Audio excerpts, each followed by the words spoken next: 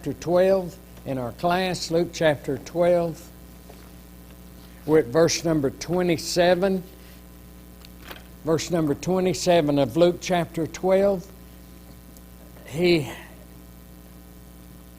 has been telling us not to worry, and that's hard for us because some of us are experts at worry. Some of us will worry about everything. Some of us are concerned about every little item, and He knows that about us. As humans, we are that. Sometimes we get a little overboard in our worry and our concern. And He has already talked to us about saying, do not worry in verse 22 about what you'll eat or your body, what you're going to put on for clothing. He tells us that. And then verse 21, He told us, so the man who stores up treasure for himself is not rich toward God. If that's where your total focus is on stuff and things, then you're in trouble. He says in verse 23, for your life is more than food, and the body is more than clothing. And then we finished up last week talking about the ravens. He said, consider the ravens, for they neither sow nor reap. They are,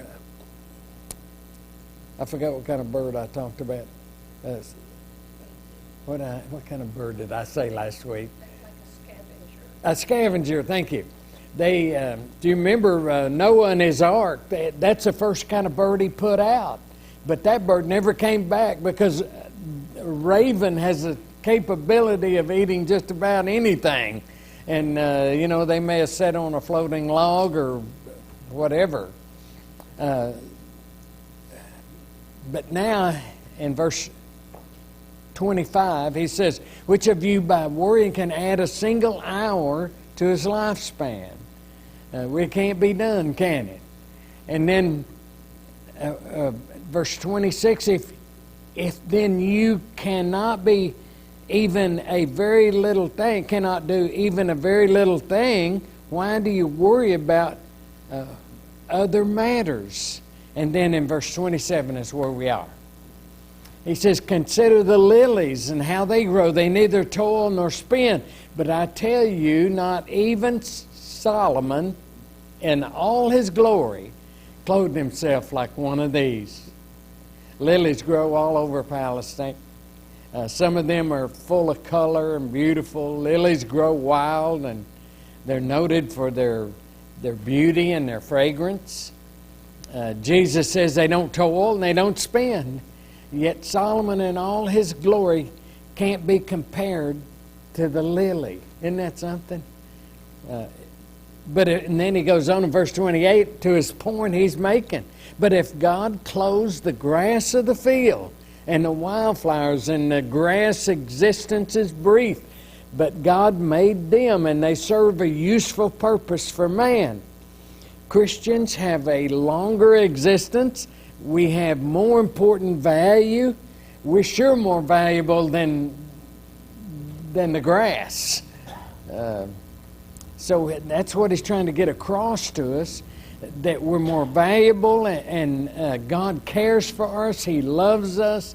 And if we can't see this, then he says, you have little faith. If you can't see this, you have little faith. Verse 29 and 30. Anybody comment on any of that? Just jump in there. Verse 29 and 30. And do not seek what you will eat or what you will drink, and do not keep worrying, for all these things the nations of the world eagerly seek. This version's a whole lot like Matthew's version, isn't it? We study. But your Father knows that you need these things. Sometimes we just don't give God credit, do we? He knows what we need, and He provides what we need if we serve Him faithfully as a Christian. And He knows what we need, and He loves us. And if we're more valuable than any of the birds and any of the grass, and He says, don't worry about those things.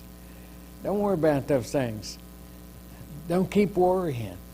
For the world seeks those kinds of things. That's their priority. But what is a priority for us as a Christian?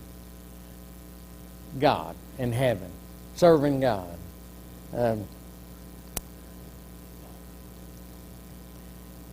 It's really foolish, if you think about it, for us to... We know God cares for us, and we know we're not to worry. And it seems to be so foolish that we'll spend sleepless nights concerned about something that's probably going to take care of itself without ever even doing anything to it. If not, maybe we can fix it. If not, we pray. And so we spend all those sleepless nights focusing on, and all the strength and all our time on stuff and things that's only temporary anyway. It's just here for a very short time. In fact, we are here for a very short time. This world we live in is temporary. It'll be burned up, even the elements. And so our minds should not be torn between hope and fear. We have a firm faith in God, and we trust in Him. We're not to be worrying and anxious about material things. And then he says the Gentiles, that's what they do. The unbelievers, they do not have God. And so we're to be totally different. We're to trust in God. And the world seeks after all those worldly things, and we're not to have reckless anxiety. They ignore God in their life. That's what they do. We don't do that as a Christian. As a Christian, we're not to be this way. We're to put our trust fully in Almighty God. He promises to care for us. He promises to love us. 1 Peter 5 and verse 7. So what do y'all think about that? How do you feel about that? Huh? Yeah, you're right. You're right. Thank you. It's easier said than done. Yeah, that's right. Thank you, Todd. Thank you, Todd. So let's sum up verse 31 through 34. But seek His kingdom, and all these things will be added to you. And then he says, do not be afraid, little flock, for your Father has chosen gladly to give you the kingdom. Sell your possessions and give to charity. Make yourselves money belts which do not wear out. In other words, treasure in heaven. An unfailing treasure in heaven, where no thief comes near nor moth destroys. For where your treasure is, there your heart will be also. That's the truth, isn't it? Isn't that the truth? It is, isn't it? If your treasure's on worldly things, that's all you concentrate on. And and God comes in last place. That's just the way it is, if that's where our heart is. So wherever our treasure is, that's where our heart is going to be also. That's absolutely true. So Jesus is putting the emphasis on the Christian life, on the spiritual side of things. It's a home in heaven. It's to live for Him. Make Him first in our lives. God has promised to bless us with material things, and the things that we get, the things that we have. We all have to have stuff and things, don't we? We all have to have a car. We all have to have a truck. We all have to have money. We all have to have a home to live in. We cherish those things. We like to have those things. We need those things.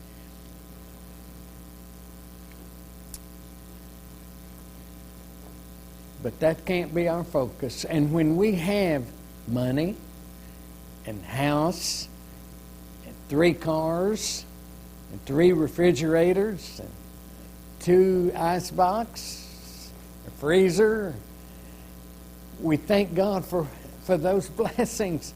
He has blessed us. Anybody disagree? Anybody agree? Christ didn't even have a place to lay His head. Huh? Christ didn't even have a place to lay Yeah, His He head. didn't have a place to lay His head. Yeah. Where your treasure is, your heart will be also. Yes, sir. Verse 33. I'm sorry? Verse 33. Yes, sir. Where you do these things, you don't treasure worldly possessions. That's what? That's where our faith Yeah, is to turn loose that road. yeah, To the world. yeah, yeah. That's exactly correct, We'll Ken. be okay. Yeah. He'll get us through, won't he? Thank you. Appreciate it. That's right.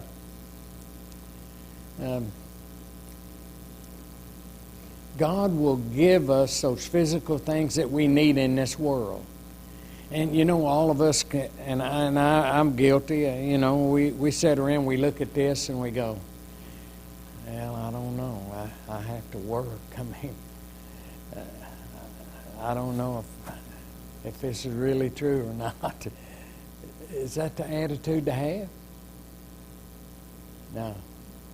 There's one thing for certain. Huh? There's one thing for certain. I mean, we know the good Lord blesses us, but it tells us Matthew, particularly in Matthew, where it tells us that he feeds the birds, but he doesn't take it from the net. We have to go. We have to make our part, our effort. Yeah, we have to work, don't we? We can't sit on the couch and be delivered. Yeah. That way. Yeah. Thank you. That's right.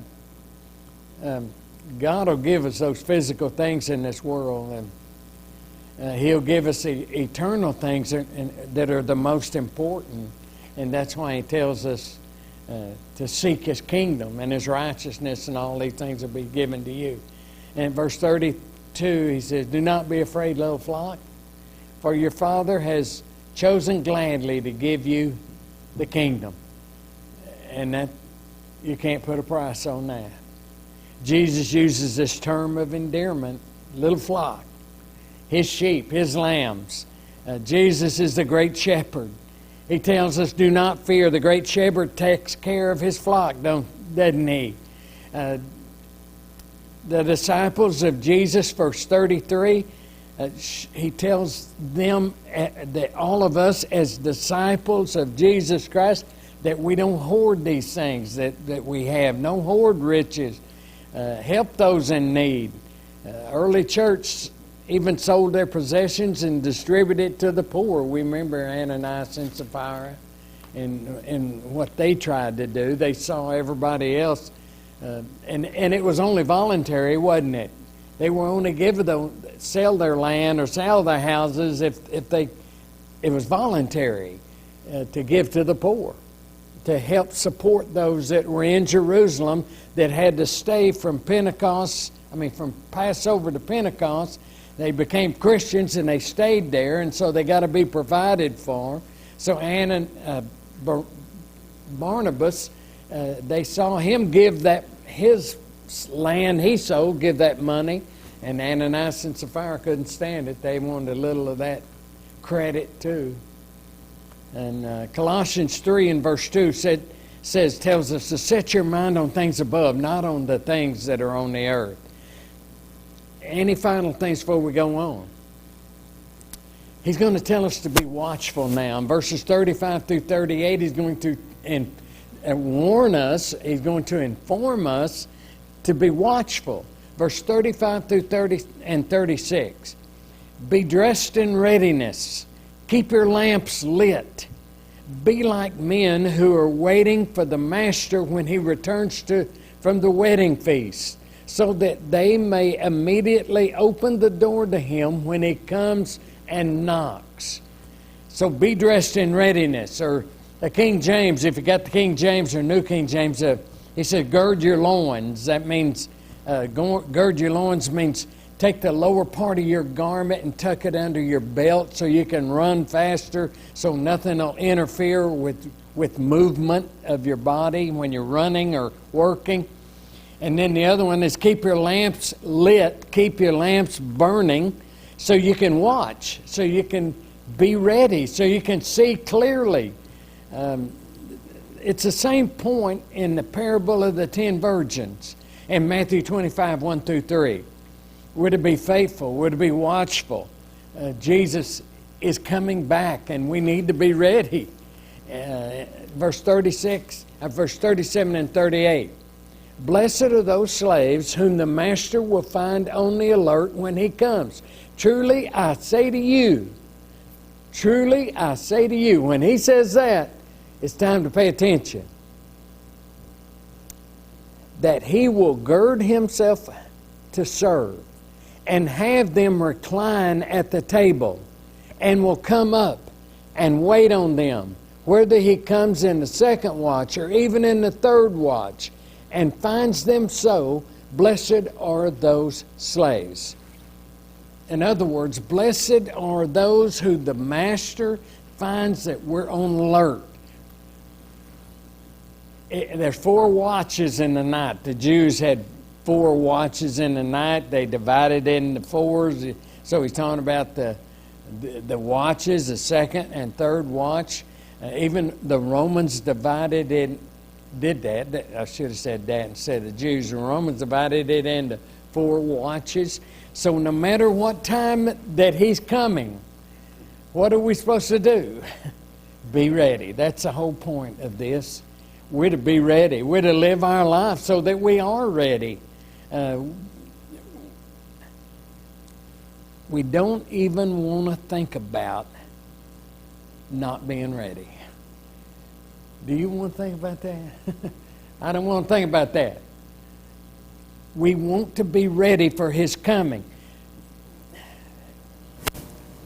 A lot of times we live day in and day out.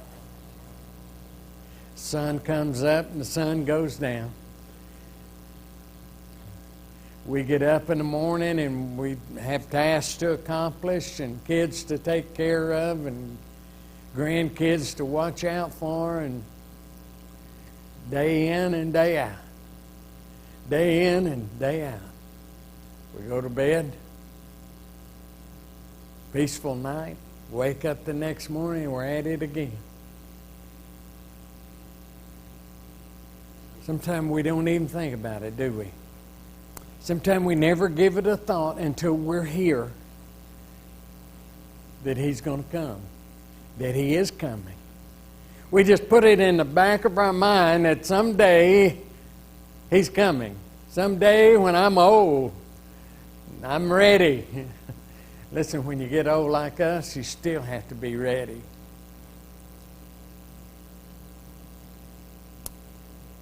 So we want to be watchful. We want to be ready for when he comes.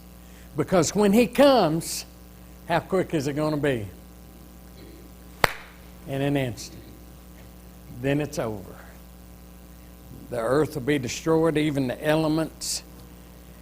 Those that are Christians that served him faithfully got a home. Be clothed in a body fit for heaven. But for those who are not ready, a sad story. I think one thing we forget, if we're looking for that, we think about everything on the physical aspect. Yeah. But he's here every day. Huh? He's here every day. Yeah. Yeah. He lives in us if Yeah. we're where we're supposed to be. That's right. And, you're talking about that.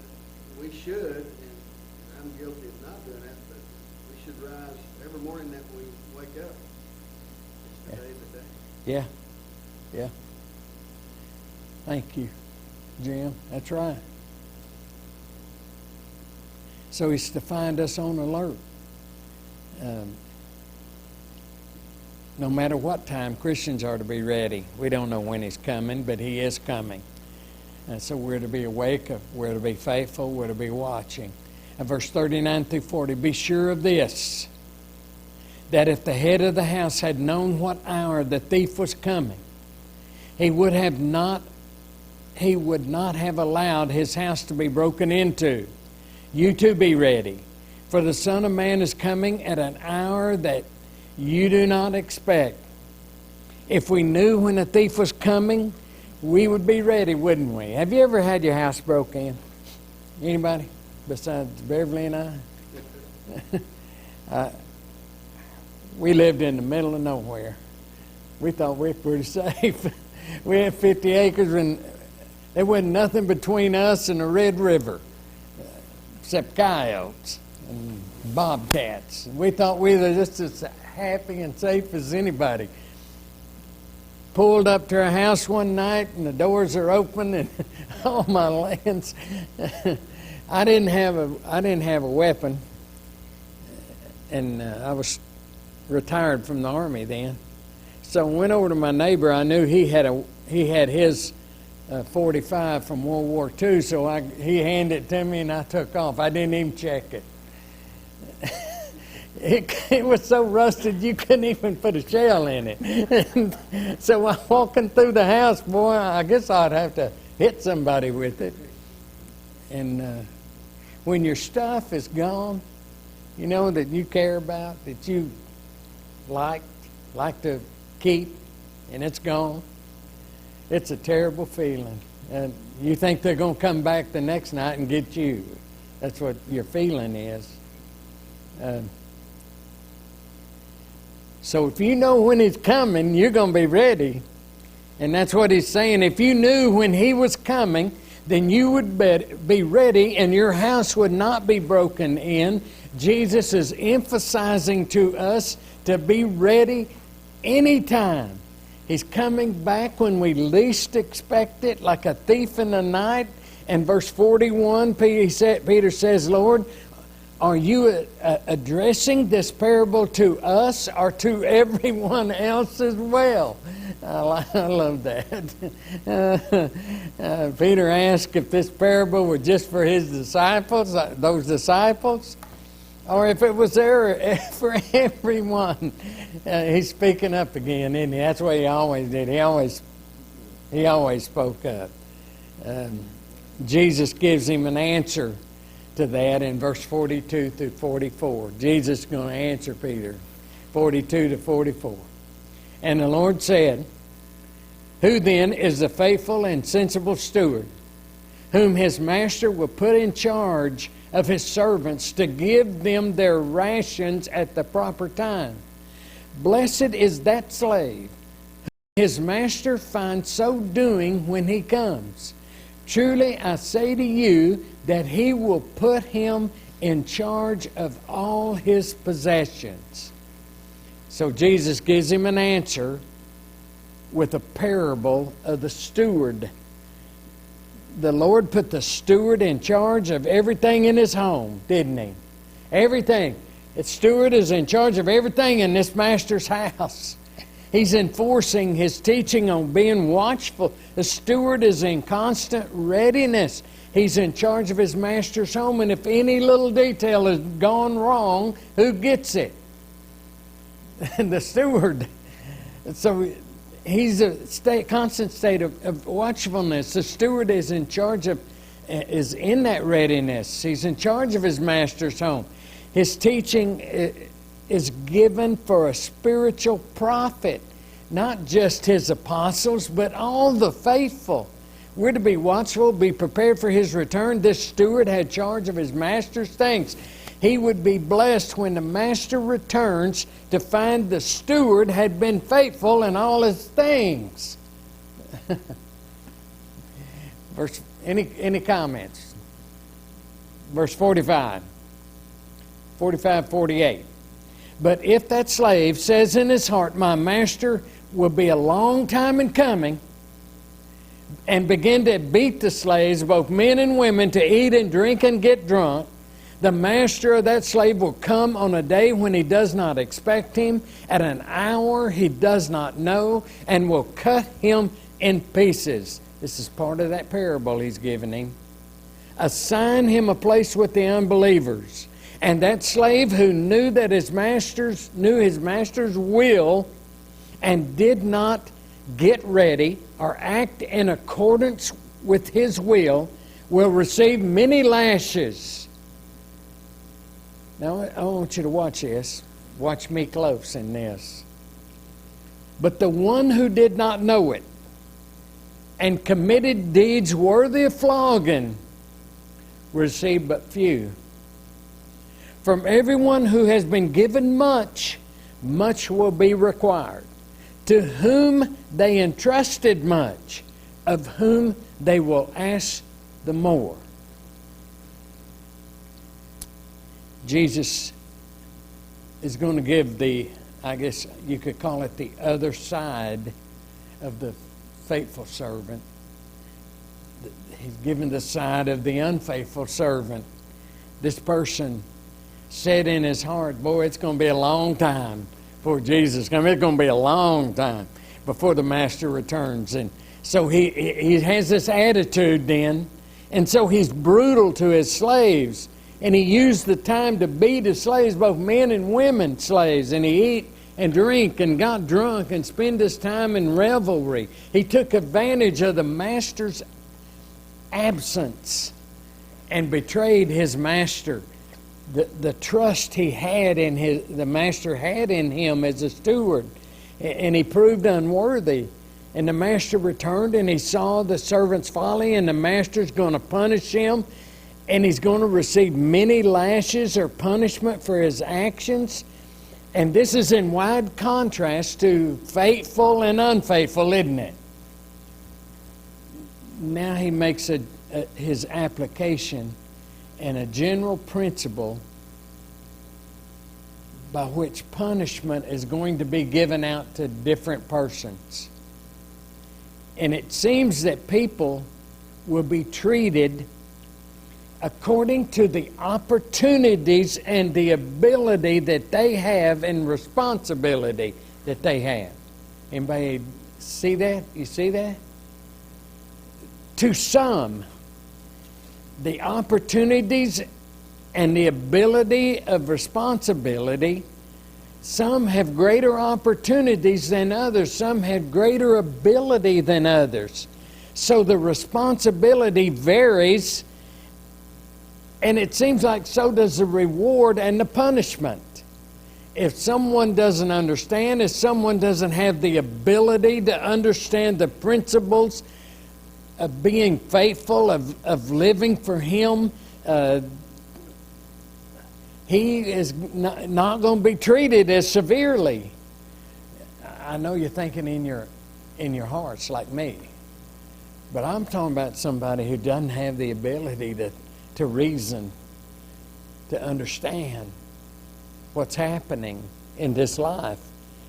But the person who knows the will of God, he knows the will of God. Who is that?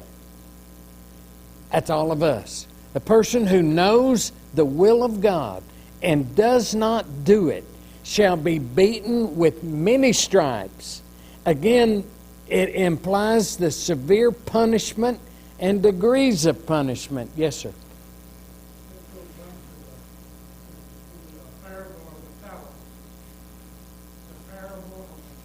Yeah. Mm-hmm.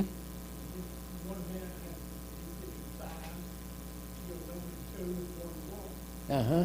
He didn't give them more than they could have. Yeah, that's right. And two of them succeeded, one Yeah. of them did. Yeah. He couldn't even handle one, could he? Well, he could have. Yeah, he could have if he tried, yeah. Hadn't been afraid. He didn't give him more than he was capable of having. Yeah, that's right. Thank you, sir. Good point. I might point out this. The law of Moses recognized different degrees of punishment for different offenses and the number of stripes. You remember how many the number of stripes were not to exceed? It was not to exceed 40. Not to exceed 40. Deuteronomy 25, verse 2 and 3. It was not to exceed 40 stripes. But what did the Jews do to make sure they didn't do that? Somebody's counting to 39, and they don't go past 39 because they don't want the penalty to go over 40. James 4 and verse 17. Therefore, to one who knows the right thing to do and does not do it, to him it is sin. So he says, the one who knew not, verse 48, the one ignorant of what should be done was punished with fewer stripes. They knew little, but they did not do, like Darwin said. One is still responsible. Everyone is still responsible for for knowing the will of God. The law of Moses recognizes this sin and sin of ignorance, I should say, but yet it was still sin. Leviticus 5 and verse 17. Those who are without the old law should be judged without the old law. Few stripes implies punishment, but a lighter degree. And punishment will be proportioned to the power that you have, to the gifts that you have, to the opportunities you have, to the knowledge that you have. To whomever has much, much will be given, much will be required. I want you to study that, and we'll talk about it again next Lord's Day.